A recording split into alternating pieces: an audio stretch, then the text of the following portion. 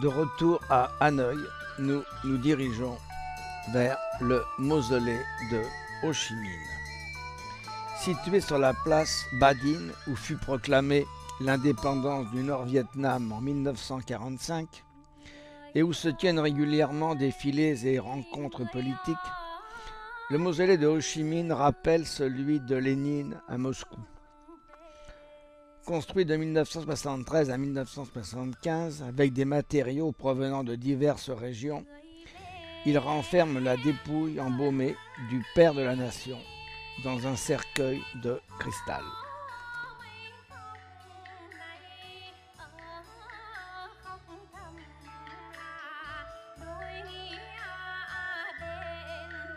Gardé par des soldats en tenue d'apparat, le mausolée est contraire au dernier vœu de l'oncle Ho, qui souhaitait être incinéré et que ses cendres soient dispersées à travers les 3 grandes régions du pays.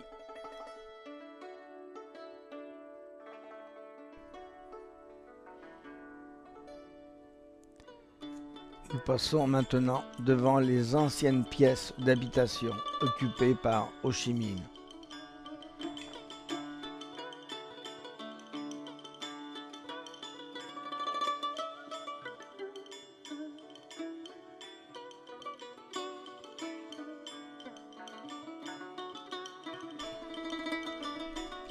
La maison bureau du président Ho Chi Minh fut occupée de 1958 à 1968. La maison comporte quelques objets personnels du président. Les réveils sont tous arrêtés à 9h30, heure de son décès.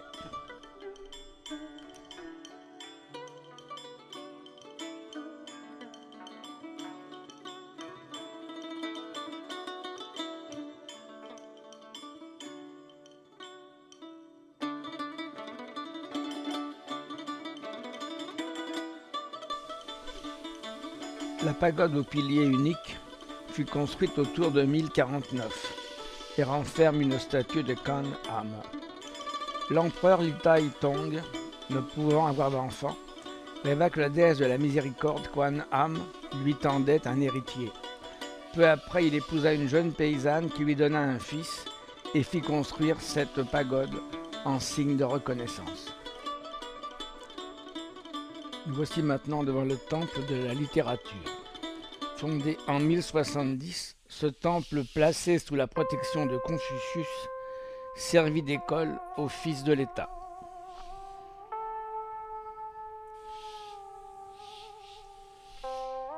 On peut la considérer comme la première université nationale. L'ensemble se divise en 5 cours intérieures successives. Celle des 82 stèles, alignées sous des petits pavillons tout autour d'un bassin carré, porte les noms des lauréats qui se trouvent sur des statues de tortues, gage de longévité.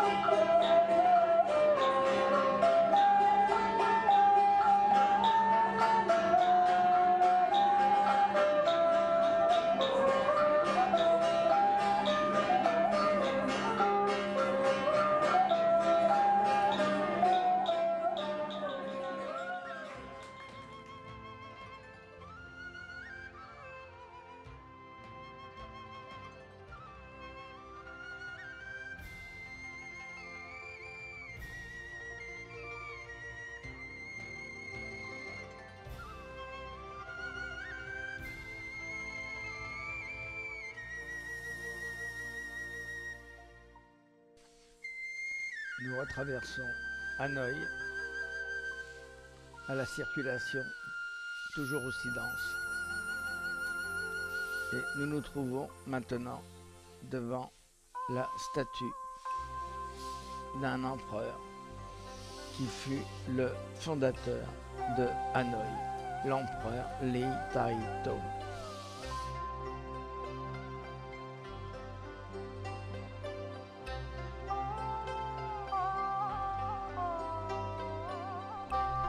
Le lac Ean Kiem, ou lac de l'épée restituée, est une figure légendaire de Hanoï. Au milieu du lac se dresse un pagodon qui évoque la légende de l'Hélote. En 1427, alors que le pays était dominé par des envahisseurs chinois, un pêcheur de Mélélo trouva dans le lac une épée magique et s'en servit pour les chasser. Devenu plus tard empereur, il voulut rendre hommage au génie des eaux. Arrivé sur les bords du lac, l'épée enchantée, qui ne devait plus servir puisque le pays était délivré, fut happée par une tortue d'or qui disparut dans le lac.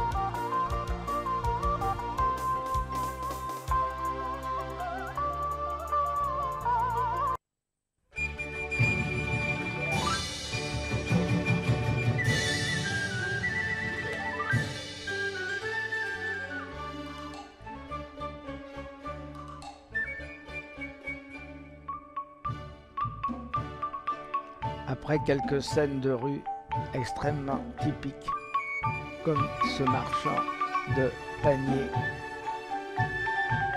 nous allons maintenant assister à un spectacle traditionnel, les marionnettes sur l'eau.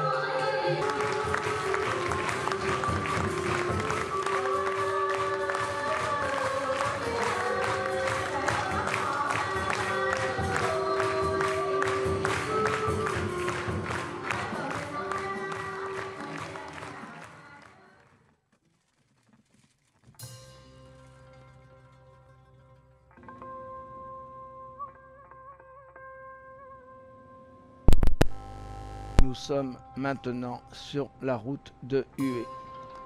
Nous longeons la mer de Chine et qui nous montre encore des traces de la terrible tempête qui a sévi dans la région et qui a fait des dégâts considérables dans tout le centre du Vietnam.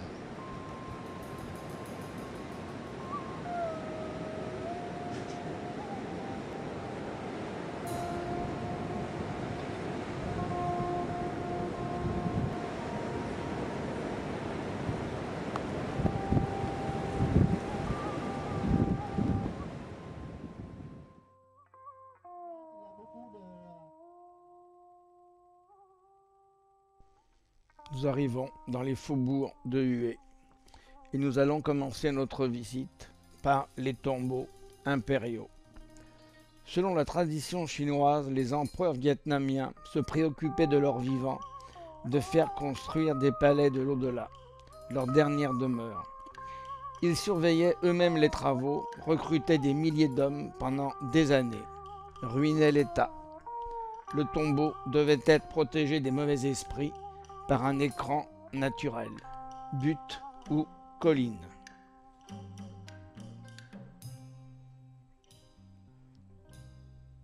Les architectes se référaient au mythe chinois de la création, selon lequel la terre communiquait avec le ciel par l'intermédiaire du monde royal, pivot de l'univers.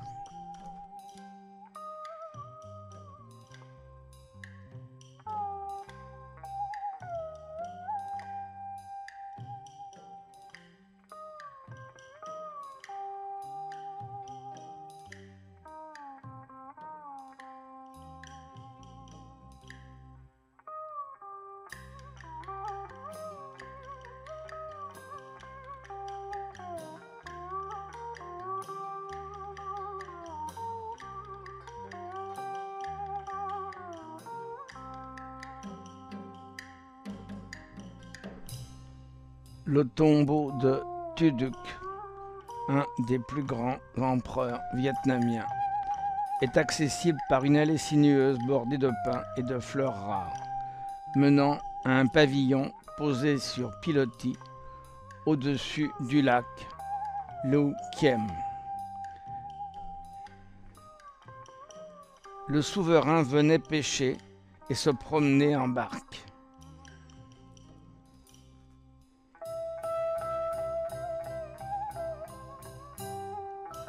Le bonheur de l'empereur ne fut pas parfait, puisqu'aucune de ses 104 épouses et concubines ne lui donna de fils.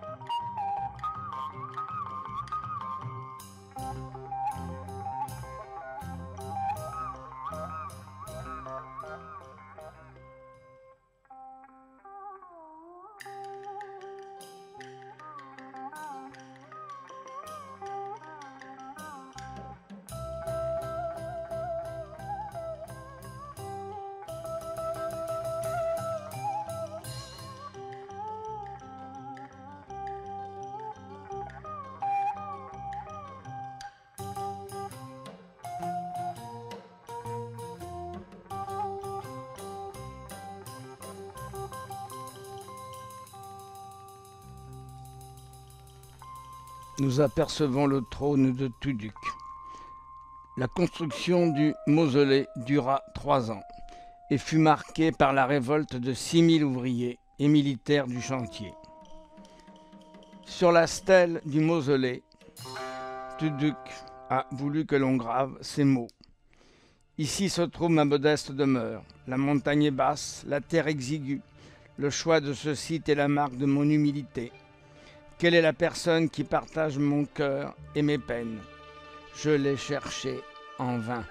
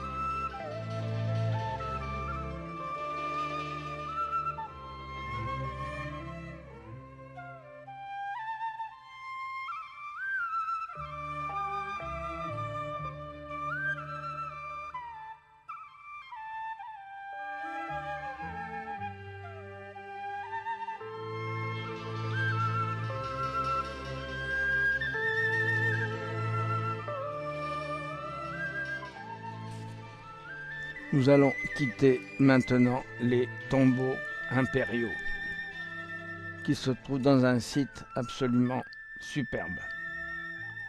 Si Hanoï reste la capitale politique du Vietnam, Ho Chi Minh Ville la capitale économique, Hue, elle, capitale historique, l'emblème du pays réunifié.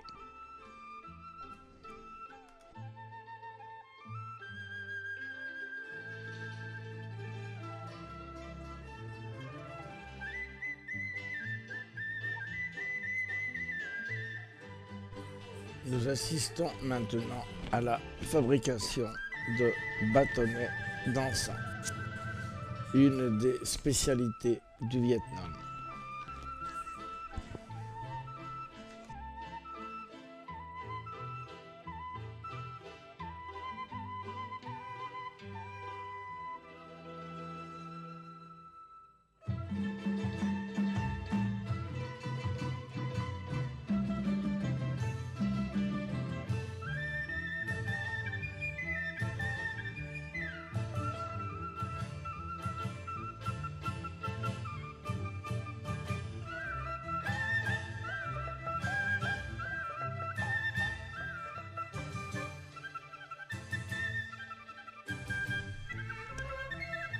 Entourée de murailles à la Vauban, de fossés, de canaux, de bastions, la citadelle, bâtie sous le premier empereur Gia Long au XIXe siècle, est délimitée par une enceinte carrée de 600 mètres de côté.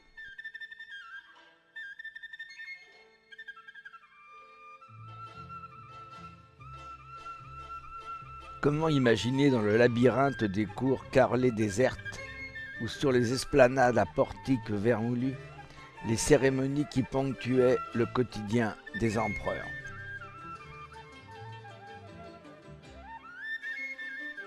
La tour du drapeau. Lors de l'offensive Viet Cong de 1968, le drapeau du Front National de Libération y flotta pendant 25 jours. Au pied de la tour du drapeau sont alignés 9 grands canons, symbolisant les 4 saisons et les 5 éléments, mais aussi la puissance des empereurs Niang.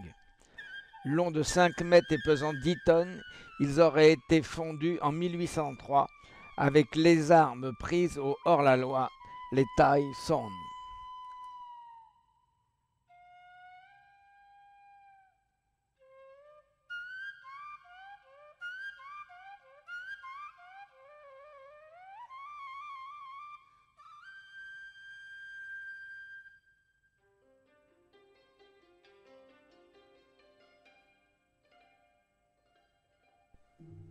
Autrefois se dressait la cité pourpre interdite, abritant les somptueux bâtiments privés de la famille impériale.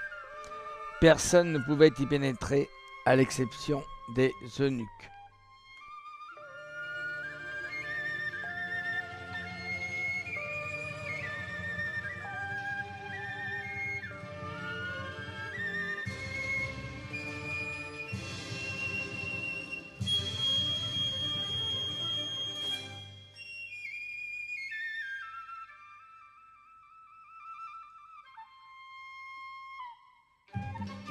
Nous allons maintenant bientôt quitter la forteresse.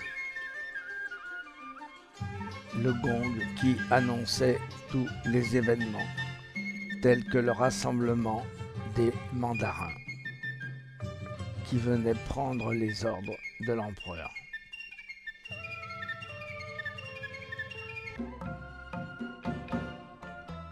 Nous quittons maintenant la cité impériale. Absolue.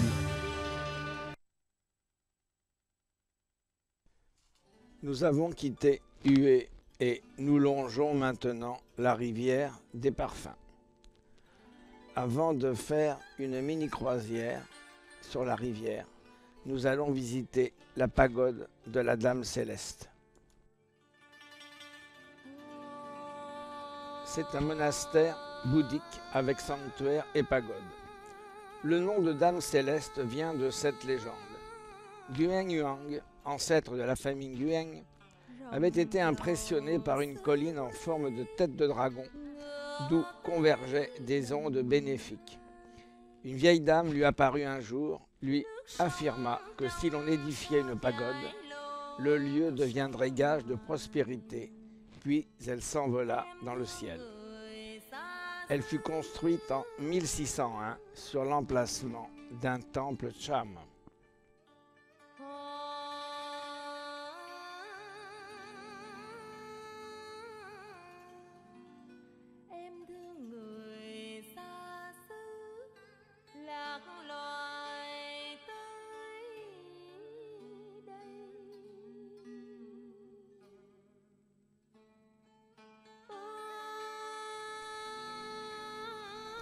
Dans une chapelle de la pagode, nous apercevons des moinillons en prière.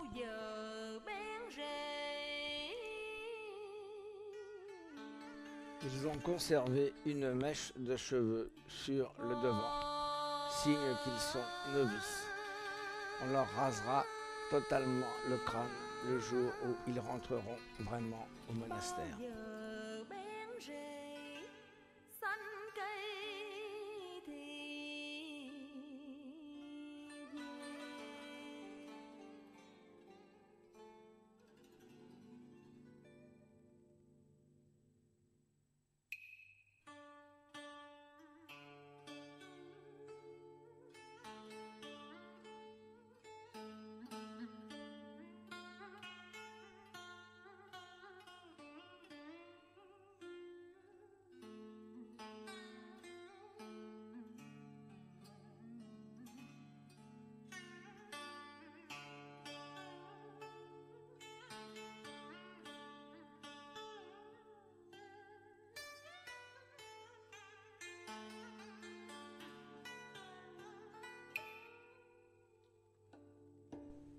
Nous sommes maintenant sur la rivière au parfum, où nous apercevons de nombreux bateaux de pêche qui leur servent également de demeure.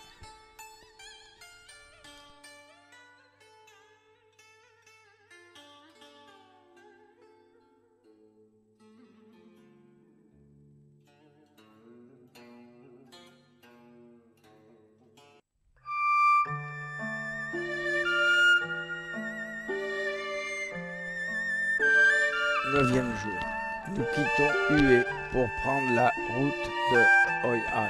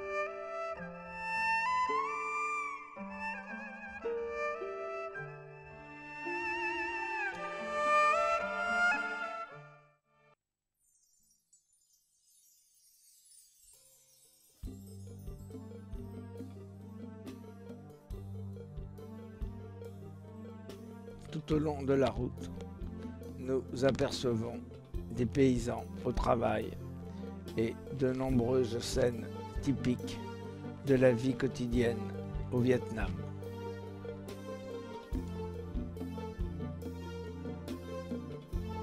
La route monte ensuite en lacet jusqu'au col des Nuages, qui doit son nom au fait qu'il est souvent noyé dans les brumes.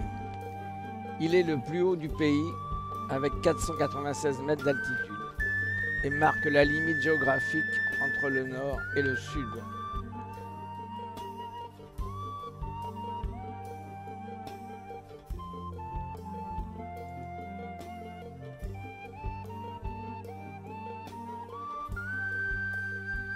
La route descend ensuite sur la baie de Da Nang. On retrouve les restes d'un ancien fortin datant de l'époque coloniale et qui a été utilisé par les Américains pour surveiller la côte et la voie ferrée.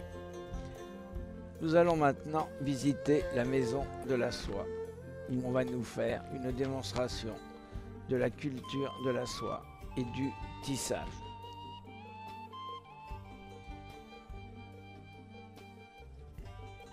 Et le travail toujours extrêmement précis de ces petites mains asiatiques, ô combien habiles.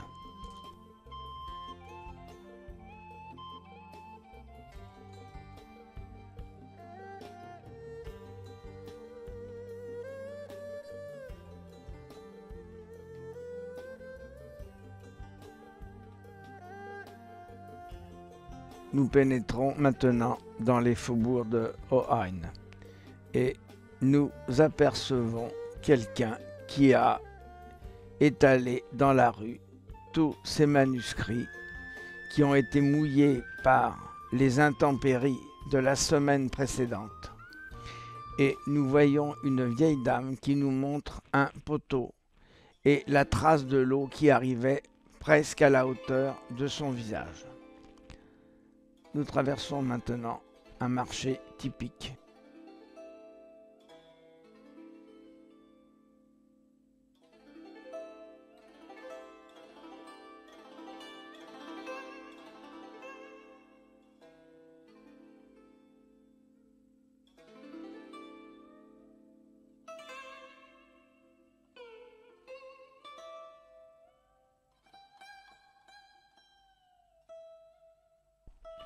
Au IXe et Xe siècle, Ohain fut un grand carrefour maritime au sein du royaume de Champa. Il accueillait les navires venant de Chine, de Perse et d'Arabie.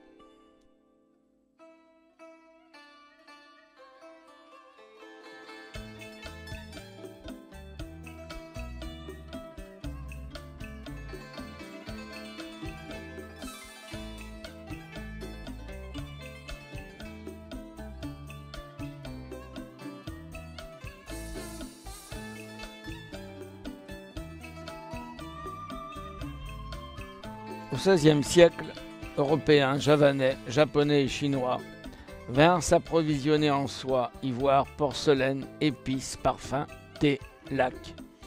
Le cycle régulier de la mousson conduisit les marchands et les négociants à vivre plusieurs semaines dans cette ville devenue très riche.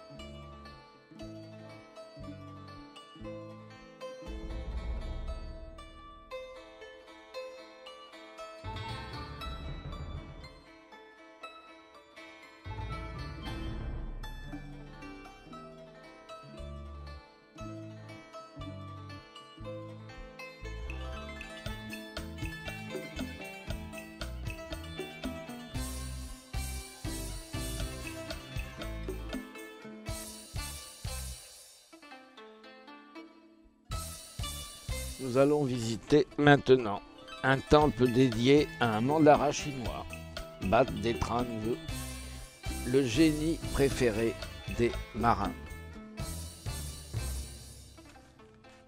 Nous apercevons de nombreuses offrandes.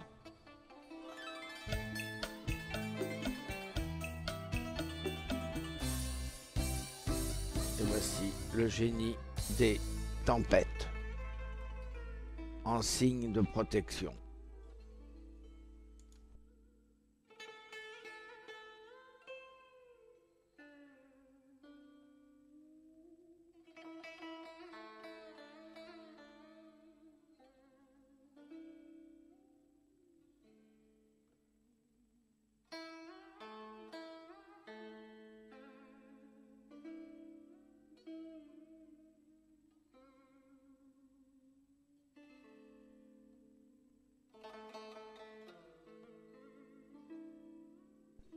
Nous sommes maintenant dans la rue principale, où se trouvent de nombreuses échoppes. Nous nous dirigeons vers le pont couvert japonais.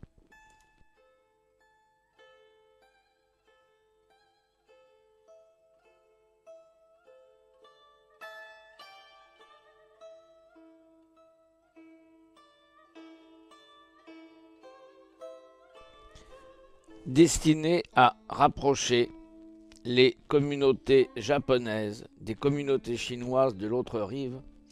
Le pont japonais mesure 18 mètres de long et 3 mètres de large. Il est couvert afin de protéger les passants du soleil comme de la pluie.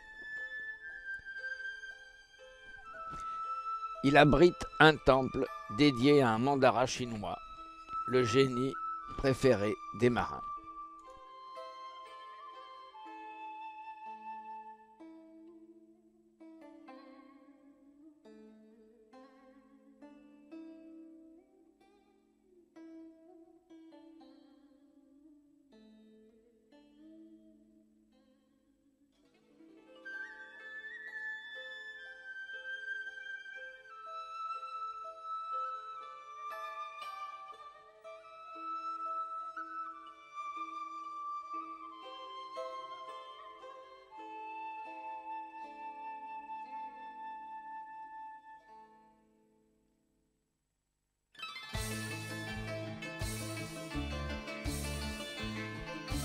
Nous nous dirigeons maintenant vers la rivière, où nous allons faire une promenade en bateau.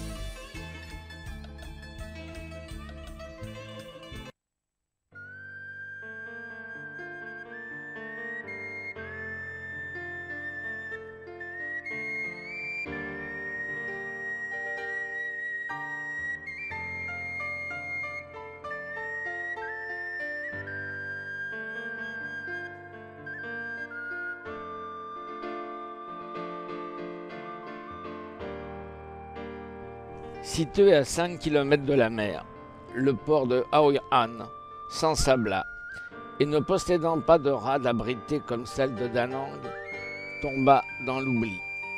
C'est en raison de cette léthargie que Hoi-An est restée l'une des villes anciennes les mieux préservées de l'Asie du Sud-Est.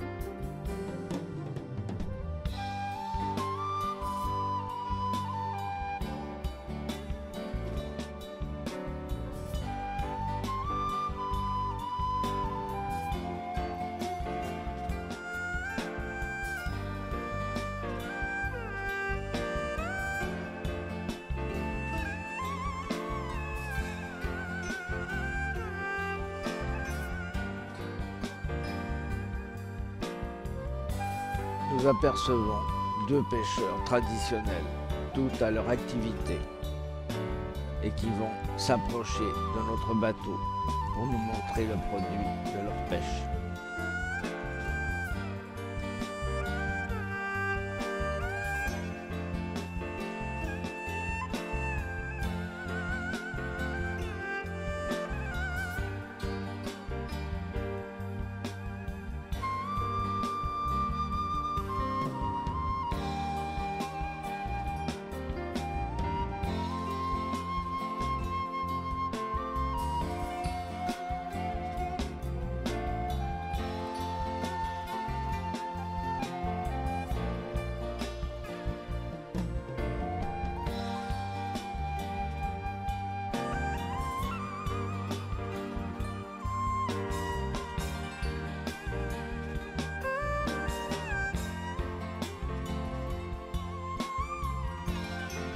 Après la promenade en bateau, nous débarquons et nous traversons le marché.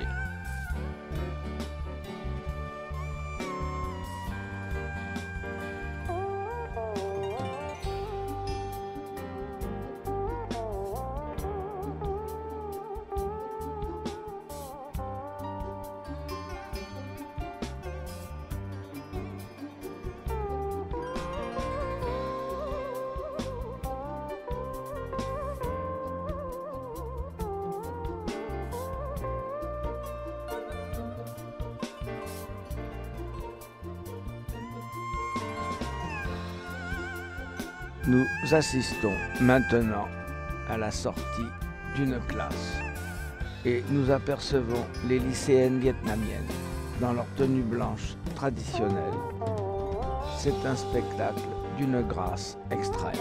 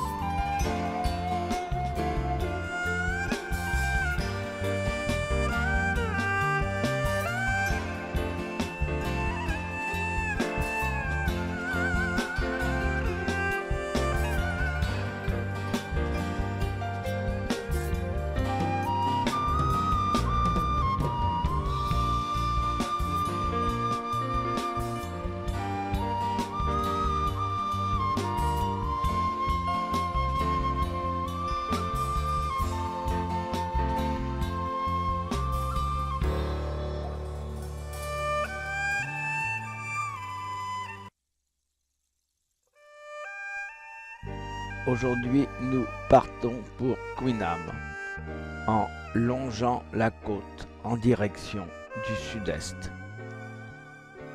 De la fenêtre de notre hôtel, nous avons un spectacle admirable sur le fleuve.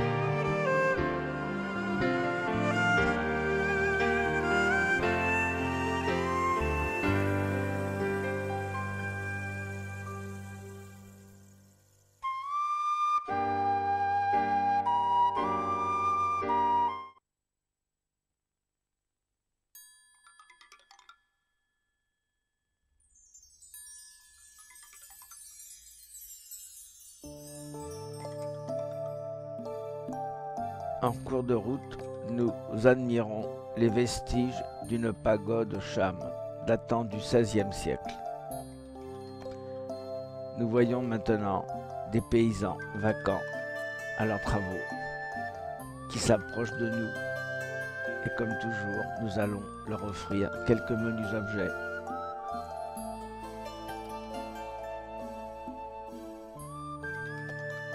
Notre car est bien entouré.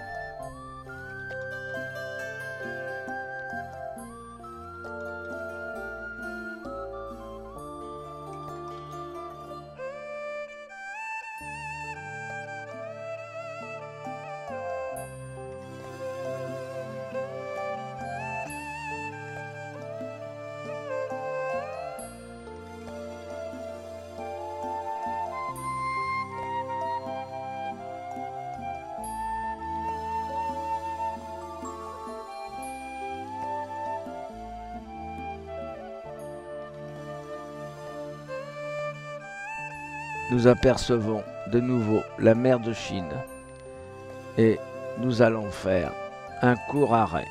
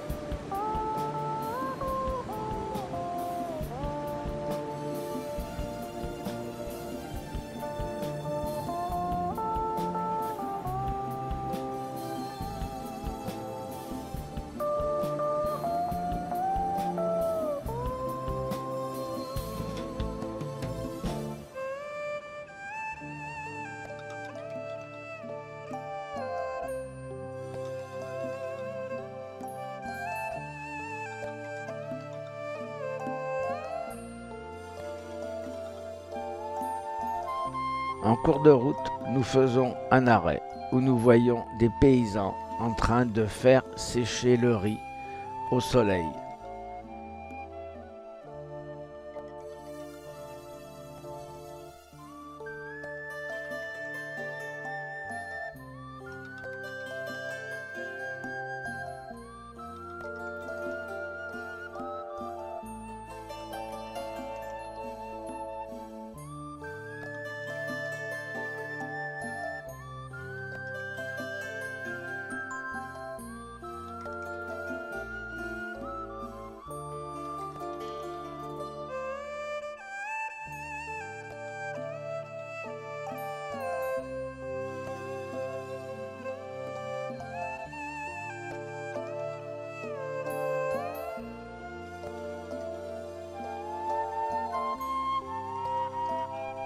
Appelées Tabga ou tour d'ivoire, ces trois tours Cham datent de la fin du VIe siècle.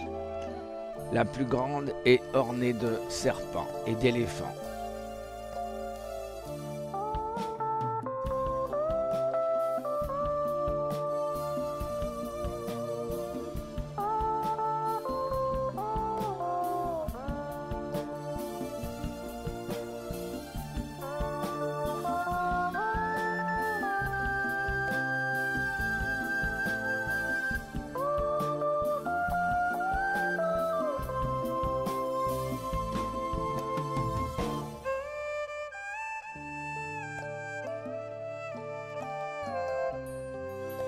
Nous arrivons maintenant à notre hôtel où nous découvrons un site absolument admirable.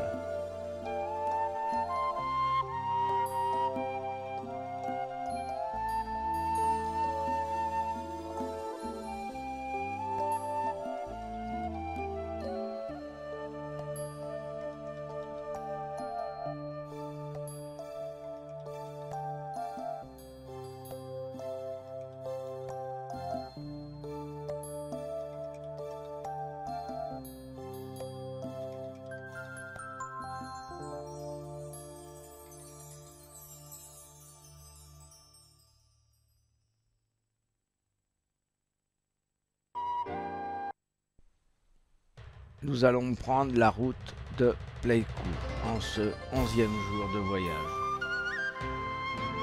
Et de la fenêtre de notre hôtel, nous admirons encore ce spectacle somptueux de la mer, de la nature.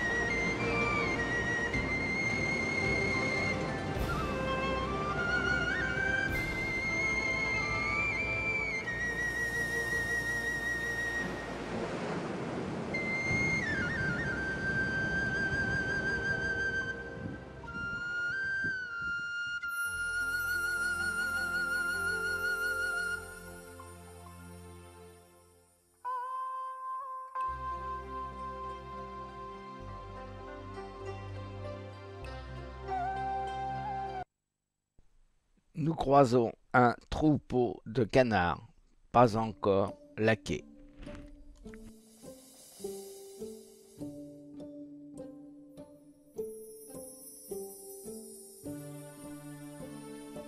des galettes de riz qui sèchent au soleil.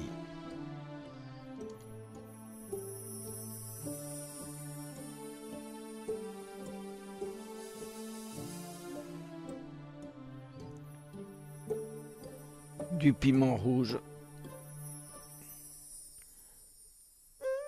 Et nous sommes descendus du car. Nous nous dirigeons maintenant vers une salle où a lieu un mariage traditionnel vietnamien. Nous sommes accueillis avec des sourires et beaucoup de sympathie.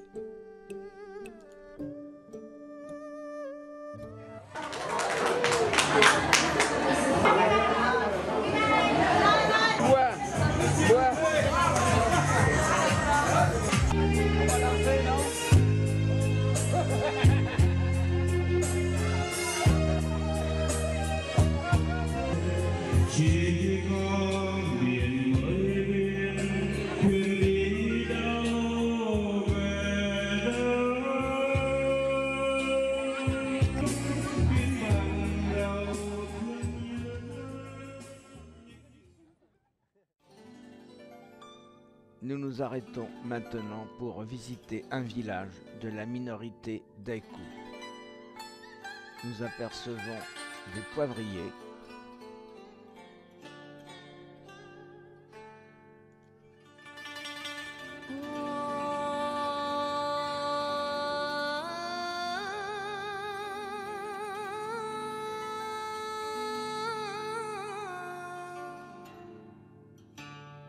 rồng dầu xứ quê ngựa tế Đồng Nai, nước sông trong sao chảy lộn sông ngoài. Em thương người xa xứ,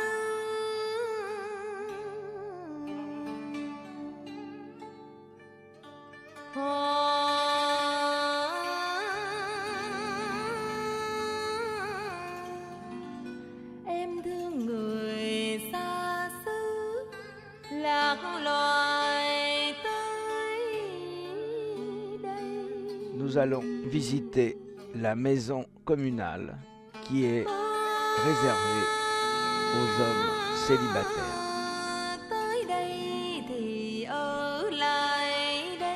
Image d'un autre temps, mais avec tout de même la télévision.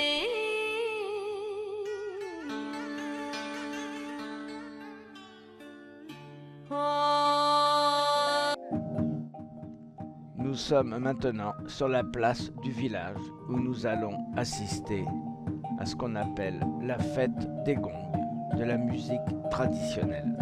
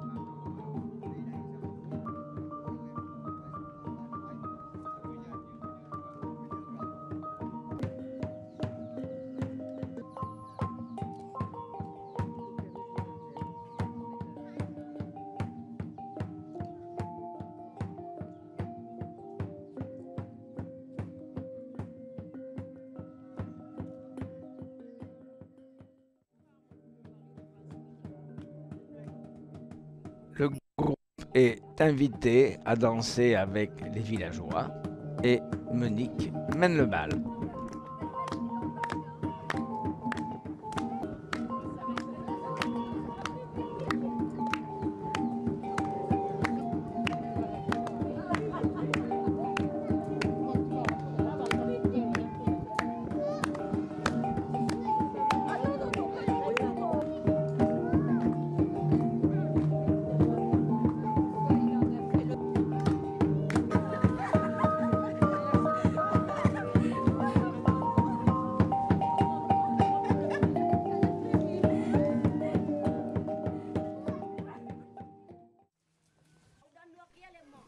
Nous nous dirigeons maintenant vers le cimetière. Le culte des ancêtres est très important. Nous avons aperçu l'échelle qui doit faire monter l'âme au ciel.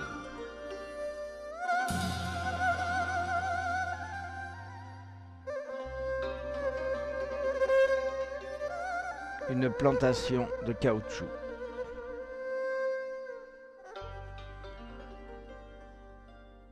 Au sortir du village, nous allons visiter une pagode où nous apercevons des artisans sculpteurs en plein travail.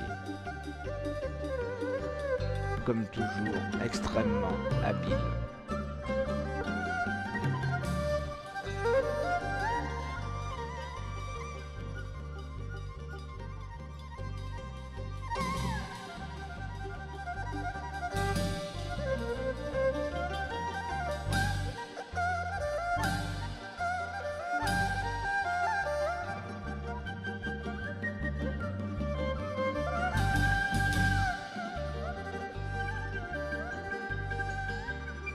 Nous arrivons maintenant à notre hôtel à Pleiku, où nous avons la surprise d'ouvrir dans le hall un immense sapin.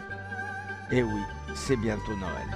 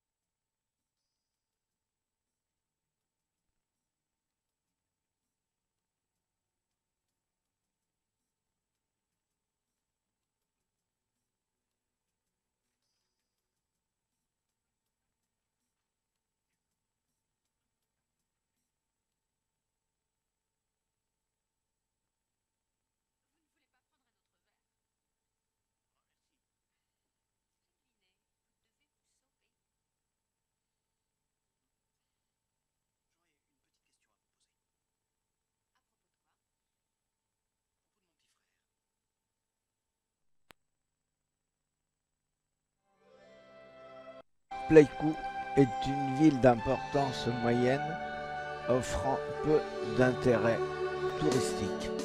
Elle n'est d'ailleurs ouverte au tourisme qu'en 1993. Mais par contre, elle était une base américaine extrêmement importante, où se reposaient les GI pendant la guerre du Vietnam. Avant de partir pour Saigon, nous faisons une promenade dans un petit marché typique qui se trouve au pied de notre hôtel.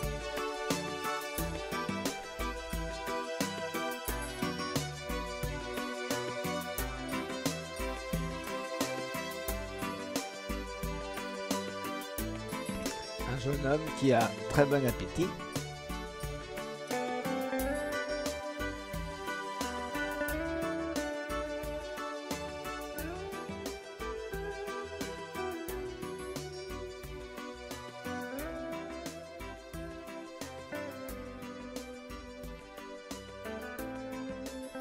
Une manière originale de faire de la coiffure au milieu des fruits et des légumes.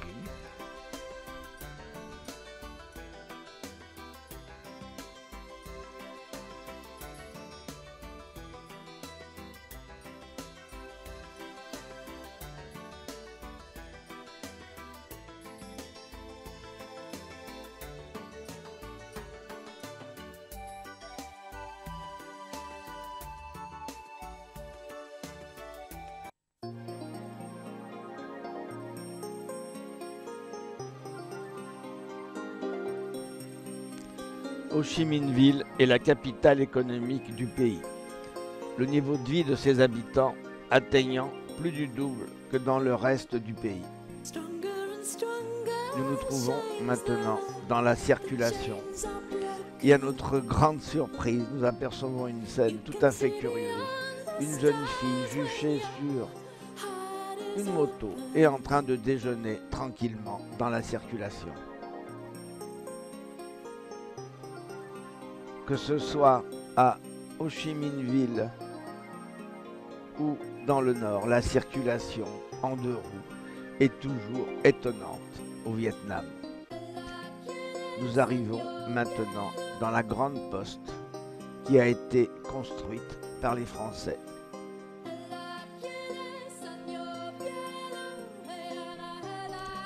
La poste centrale a été construite dans le style de la gare d'Orsay parisienne, avec une jolie verrière charpentée en fonte, réalisée par l'atelier de Gustave Eiffel. De part et d'autre de l'entrée de la poste sont exposées les 2 grandes cartes de la Cochinchine et des environs de Ho Chi Minh Ville, qui datent de 1936. La cathédrale Notre-Dame est construite sur l'emplacement de l'arsenal de la citadelle. Elle est de style néo-romane avec 2 flèches de 40 mètres de haut.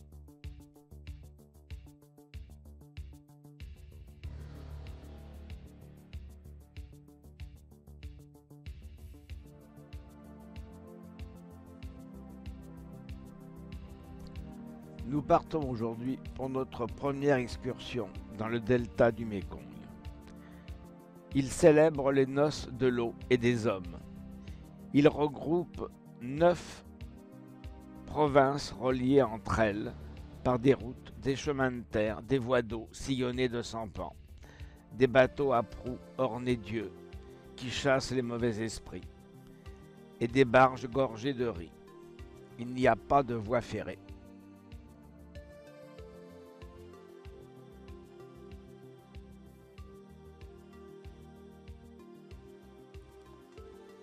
Nous embarquons maintenant pour notre première croisière sur le Mékong. Né sur le plateau tibétain à près de 5000 mètres d'altitude, le Mékong parcourt 4500 km et traverse 6 pays, la Chine, la Birmanie, le Laos, la Thaïlande, le Cambodge et le Vietnam. Il irrigue les terres d'une centaine d'ethnies et s'appelle mer des eaux.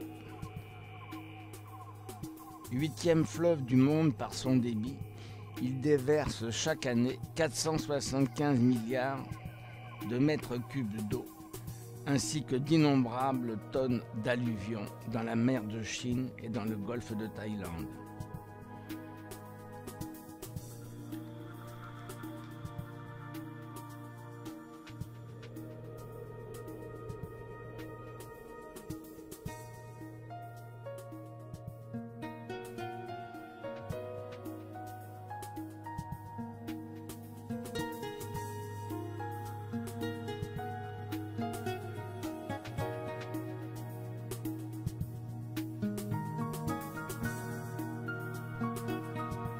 Nous longeons maintenant Vinh Long, qui est situé au centre du delta, entre 2 bras du Mékong. Généralement, on y passe une partie de la journée en se promenant en sampan à travers les îles aux maisons sur pilotis, sur des voies d'eau étroites et aux vergers ondoyants, qui mènent à l'île de Bien Hoa Phuoc, où nous allons débarquer un petit peu plus tard.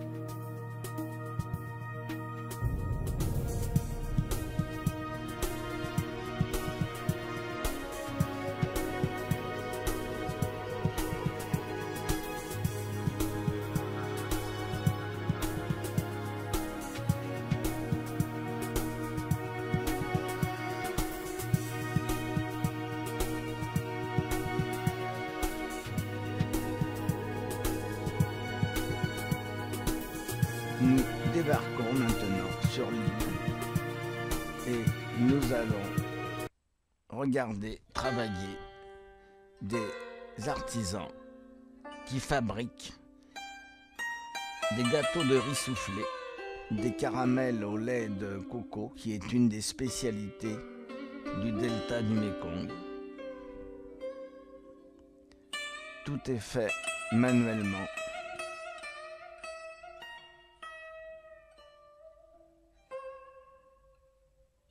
Avec une très grande habileté.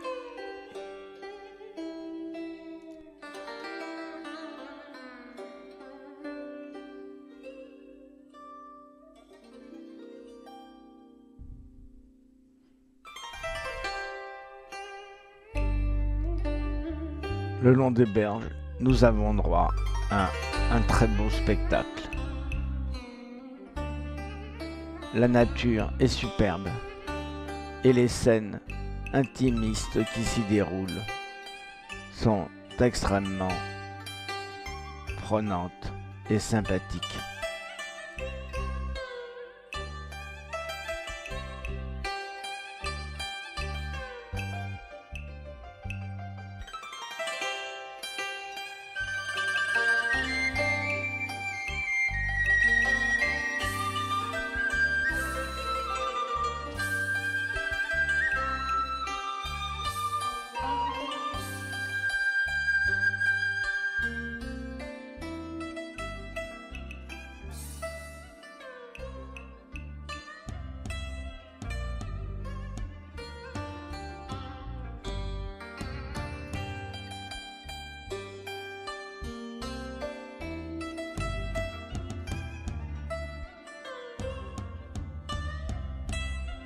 Nous reprenons notre navigation en longeant les maisons des pêcheurs qui s'échelonnent tout au long du fleuve.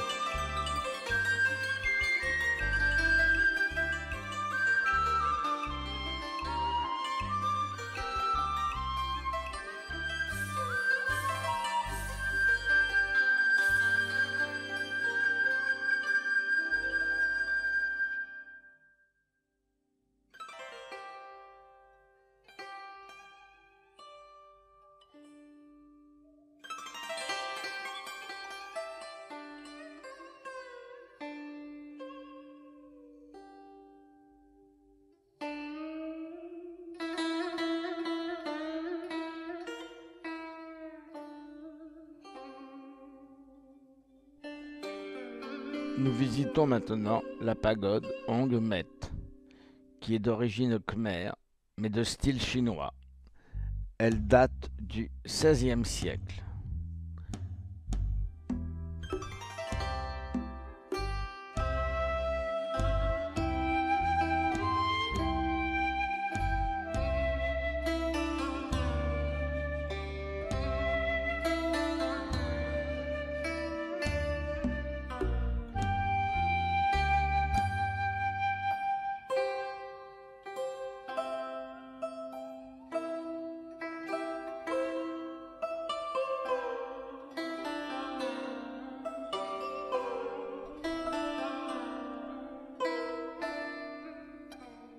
Nous allons maintenant déjeuner dans une maison typique d'origine chinoise, dans un cadre idyllique où on nous sert une des spécialités du Mékong, le poisson qu'on appelle le poisson dragon et qui se révèle avoir une chair délicieuse.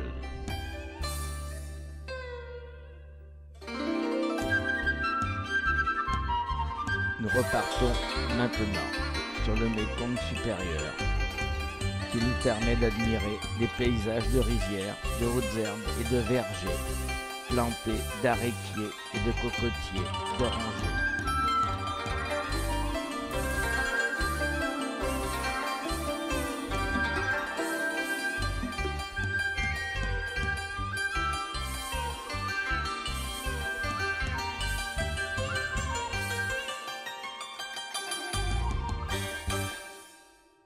Soudain, notre bateau se trouve stoppé, car l'hélice a été pris dans de nombreuses herbes qui se trouvent au fond de la rivière.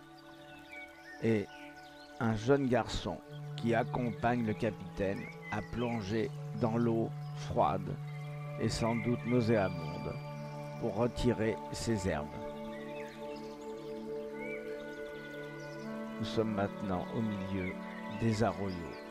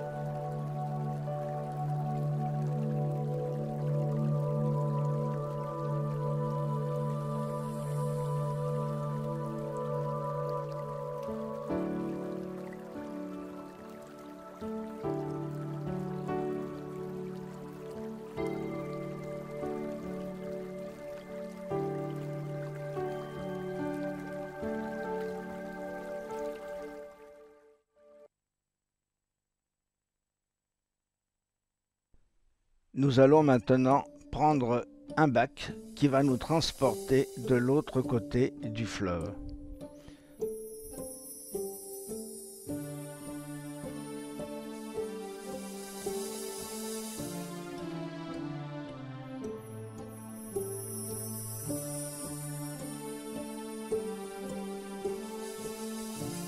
Kanto est une petite capitale provinciale, la deuxième agglomération du delta après Ho Chi Minh Ville.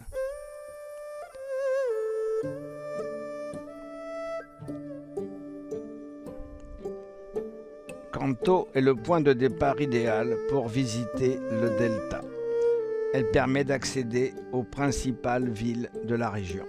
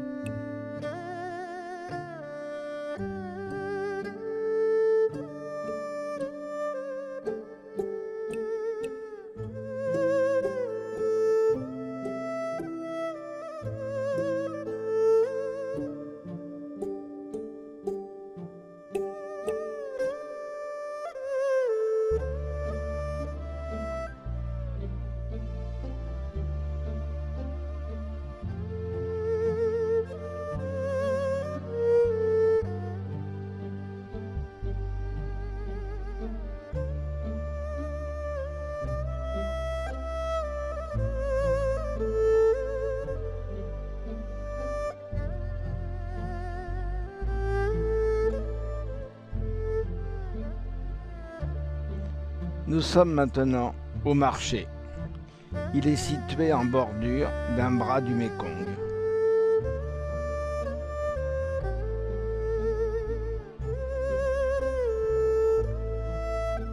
Nous apercevons la statue de l'oncle Ho dans le coucher de soleil.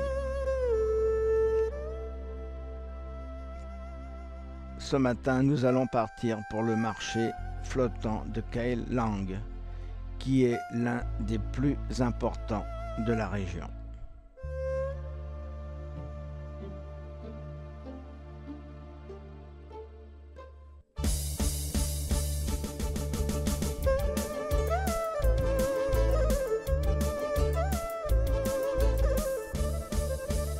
De bon matin, nous apercevons des jeunes gens en train de jouer au volley et avec une manière tout à fait particulière puisqu'on se sert uniquement des pieds.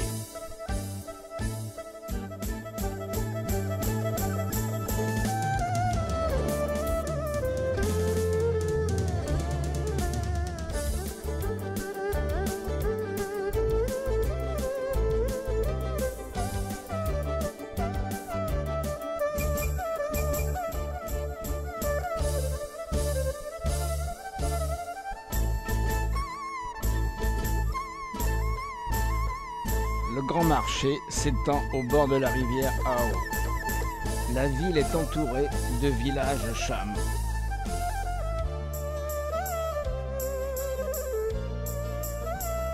La campagne est une suite de canaux bordés de maisons sur pilotis ou flottantes, de sentiers sur lesquels on laisse sécher riz et poissons.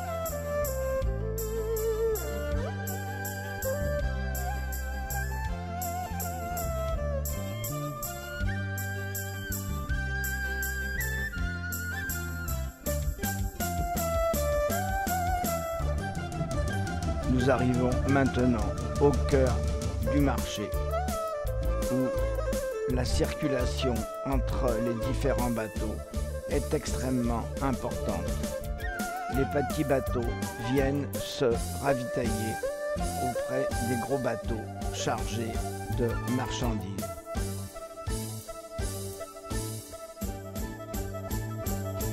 C'est extrêmement animé.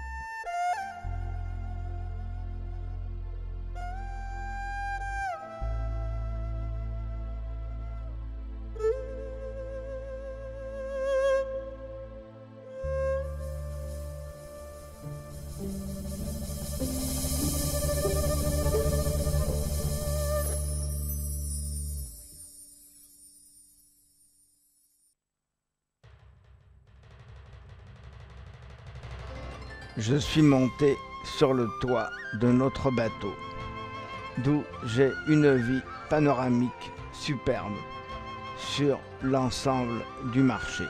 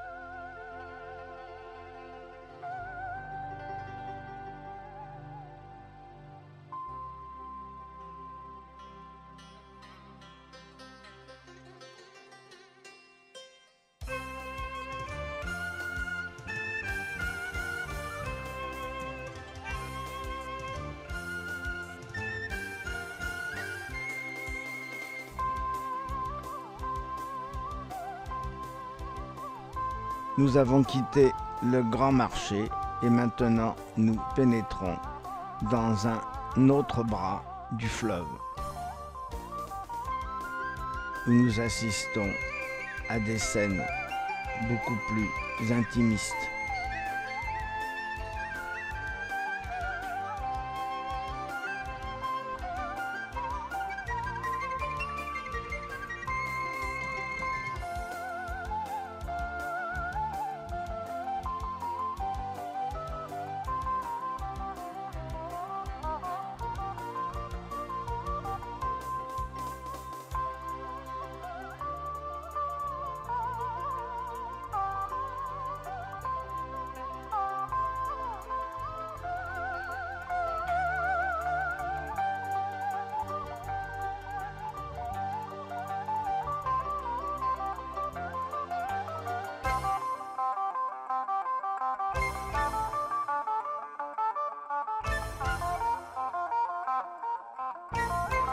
Nous avons fait une courte halte où nous assistons au travail de paysans au milieu de jardins et de potagers superbes.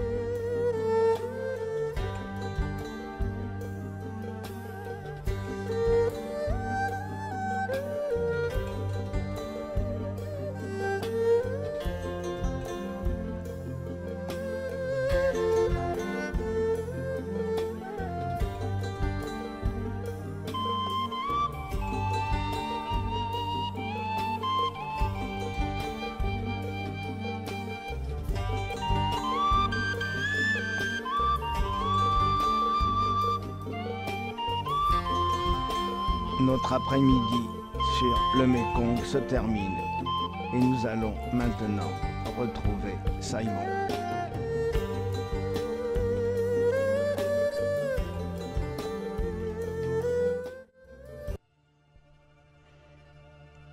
Une halte dans un atelier de gravure.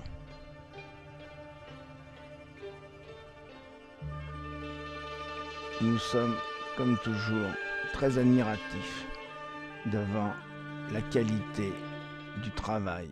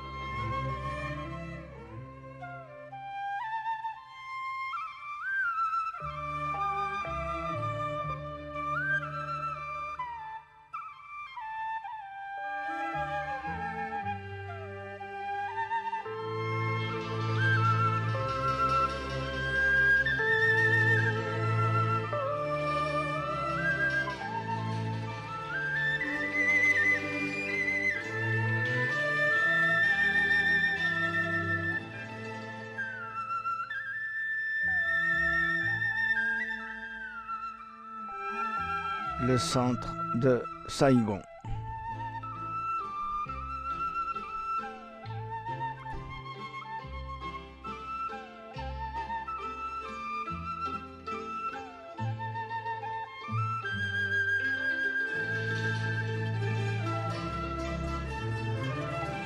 Depuis le toit de notre hôtel, nous avons une vue panoramique sur la rivière Saigon, qui a donné son nom à l'ancienne Ho Chi Minh Ville. Nous faisons maintenant un peu de shopping pour notre dernier soir dans la capitale vietnamienne. Les rues sont extrêmement animées. Nous passons devant l'opéra. La circulation toujours intense.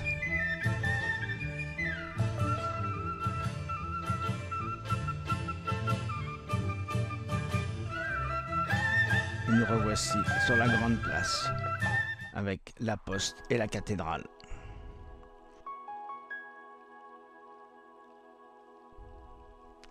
Dernier matin au Vietnam, dernière course,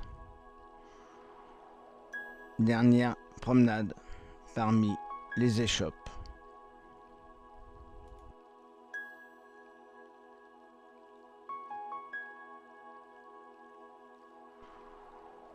Nous traversons le marché.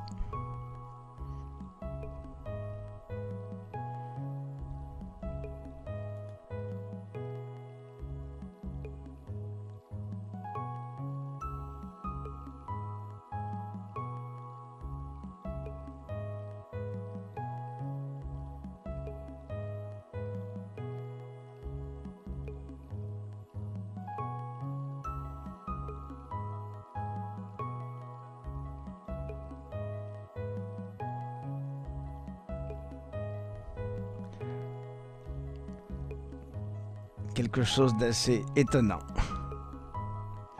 Mais il y a tellement de choses étonnantes ici, au Vietnam.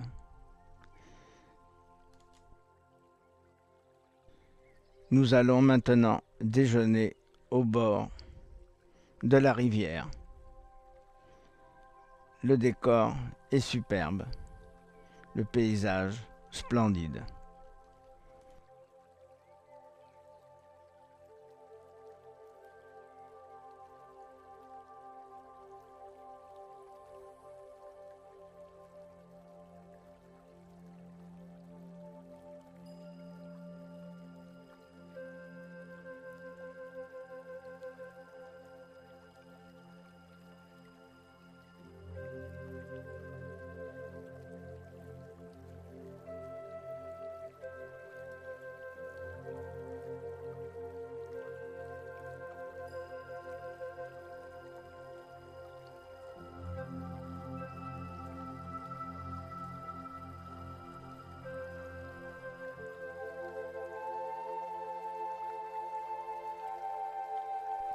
D'immenses péniches lourdement chargées traversent le fleuve.